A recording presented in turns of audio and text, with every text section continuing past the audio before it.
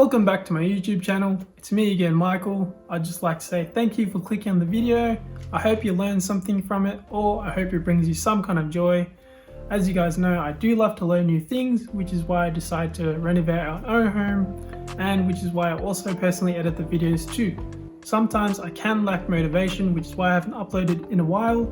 If you'd like to show your support, please do so by liking the video. It only takes 2 clicks. If you decide not to, that's cool with me as well. You guys have already clicked on the video and I'm really grateful for that. So without further ado, let's jump straight into it.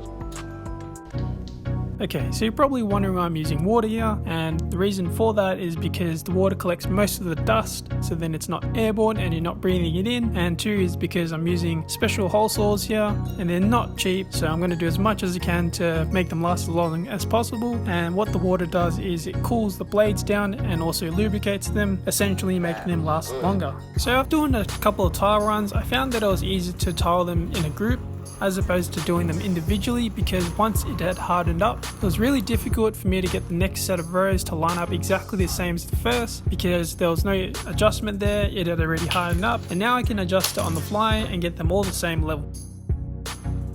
Now, as a first time tiler, I would not recommend doing it this way, having the center drain in the middle. I just had to do so many cuts and it was really difficult. Next time I'd do this, I'll definitely just get a shower grate, like a side grate, and that way all I would need to do is just cut square cuts and place them down and have equal fall, as opposed to having so many sides of fall, which is really hard to screed as well.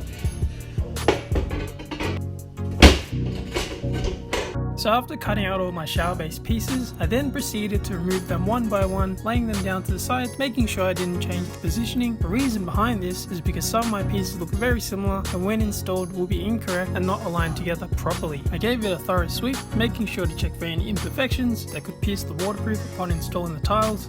As a precaution, I also applied silicone to the edges because it is better to over-engineer in this high water buildup area. And yes, if you've watched my previous videos, I did install proper flashings behind the cement sheeting and plasterboard, and also one up that by installing waterproof tape as well.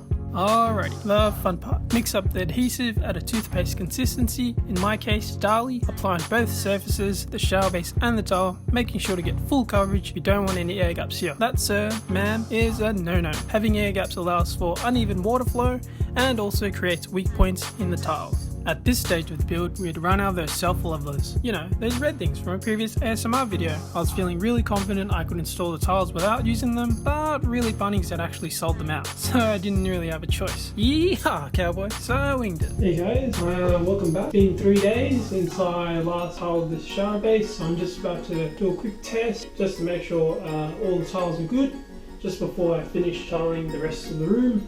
And then that just leaves the 2 feature walls left to be done.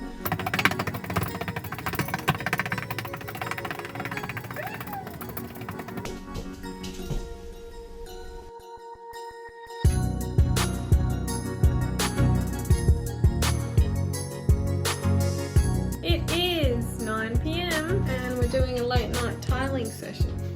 It's a Saturday night, and instead of date nights, we do this now. Our date nights are in our bathroom. Literally hours and hours in the bathroom. 3 hours later. Did you chip it?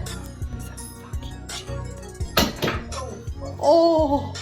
Fuck me, you got stressed. Did you make another chip? No. Okay, we better go now. Bye! Hey, what's going on? Thanks for watching the whole video. Like I said, I do love to learn new things, which is why this is the first video where I've added one of those YouTube magical things where you can watch the next video, watch the previous video, or also subscribe somewhere. Anyway, stay safe out there and peace.